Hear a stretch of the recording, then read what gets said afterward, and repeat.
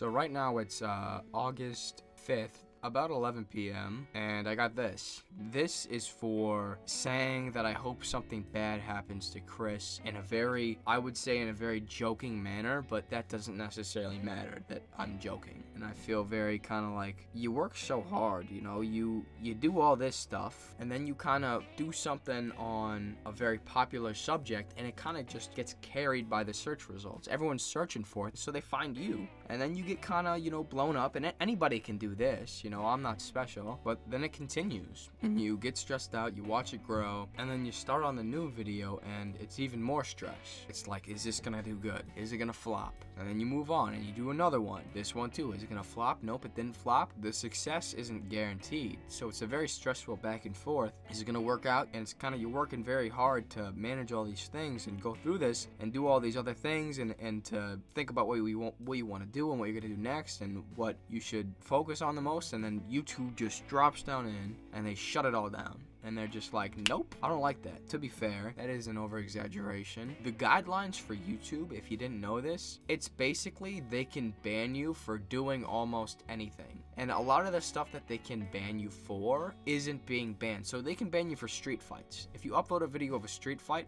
or a physical fight at all, they can ban you for doing that. But if you go on YouTube right now, you can see street fights. The reason why the street fight rule is there is not because they don't want street fights on YouTube, but is because they're covering their bases. They want to make it so no matter how careful you are, you can fall underneath their description of a community guideline break. Because if the rules are there, but the rules aren't being enforced, then what are they being used for?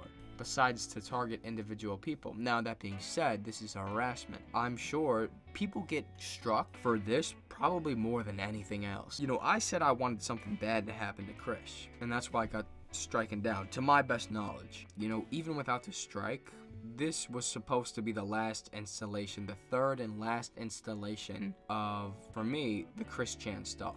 And the reason why I have anything is because I was picked up by the search engine. People search for Chris Chan and they see this, you know? So I'll take what little I've gained and I'll go back to what I was doing. My plan was to go and start making stuff like this. You know, this stuff wasn't being searched for. This stuff was getting like 2 views. This had 2 views for the longest time until all this Chris Chan stuff.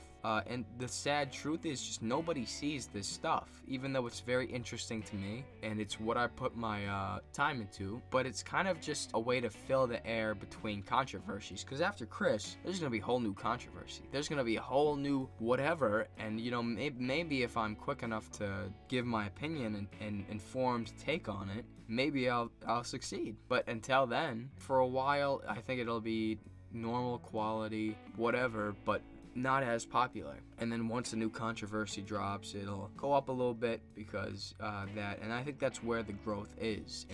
It's within the controversy. Whatever, man. Try to work harder. At the end of the day, there's not much you can do.